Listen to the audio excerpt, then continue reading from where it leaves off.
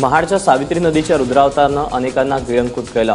2 ST bus आणि 8 गाड्या यातल्या 30 जणांना जलसमाधी मिळाल्याचं सांगितलं जातंय, पण काही जणांच्या प्रसंगावधानानं अनेकांचे प्राणही वाचले। गुहागर बोरिवली बसचे वाहक डीजी जाधव आणि चालक SM केदार हे देखील याच मार्गाने अपघाताच्या रात्री प्रवास करत होते। पुढे वाहून गेलेला पूल पाहून ते थबकले, पण ते एवढ्यावरच थांबले नाहीत, पण त्यांनी प्रसंगावधान दाखवत या मार्गाने येणाऱ्या वाहनांना थांबवलं आणि पुढे पूल नसल्याचं सांगितलं आणि पर्यायी पुलाने जाण्याचा सल्ला दिला। एवढंच नाही तर मागून येणाऱ्या काही बसेसच्या चालकांना फोन करून पुढच्या धोक्याची कल्पनाही दिली। आम्ही आलेला असताना समोर ब्रिज कोसळला होता। ते आमच्या पुढे एक पॉलिस गाडी होती। ते पॉलिस गाडीवाल्यांना तिथं टर्न रिवर्स घेतली गाडी आणि रिवर्स घेतल्याच्यानंतर आम्ही एक 20-25 फुटावर त्याच्या पाठी होतो।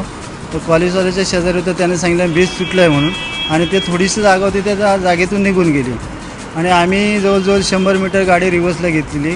रिवर्सला गाडी आणलेली आणि रिवर्सने आम्ही थांबलो। तिथं थांबल्याच्यानंतर पाठीमागं वाहनं येत होते, त्या वाहनांना थांबवलं, बोललं ब्रिज तुटले आहे, तुम्ही काही जाऊ नका। आणि एवढंच सांगेपर्यंत मग पोलिसांची व्हॅन आली होती। त्या व्हॅनवाल्याला सांगितलं की पुढचा ब्रिज तुटलेला आहे, तेव्हा कुठल्याही वाहनाला तुम्ही पाठवू नका, मोठा अपघात होण्याची शक्यता आहे। दुसऱ्या गाड्यांनी आमची एक गुहागर मुंबई 8:30ला सुटते, त्या गाडीला कंडक्टरला फोन करून सांगितलं की ब्रिज तुटलेला आहे, त्या ब्रिजवर नाही येऊ नका, रात्रीच्या अंधार असल्यामुळे ब्रिज गाडीच्या हेडलाईटमध्ये पावसात लगेच समजून येत नाही, पाऊस असल्यामुळं म्हटलं तुम्ही त्या ब्रिजवर नाही येऊ नका, येणाऱ्या ब्रिजवर नाही या, नवीन ब्रिजचा आहे तो ब्रिजवर नाही या।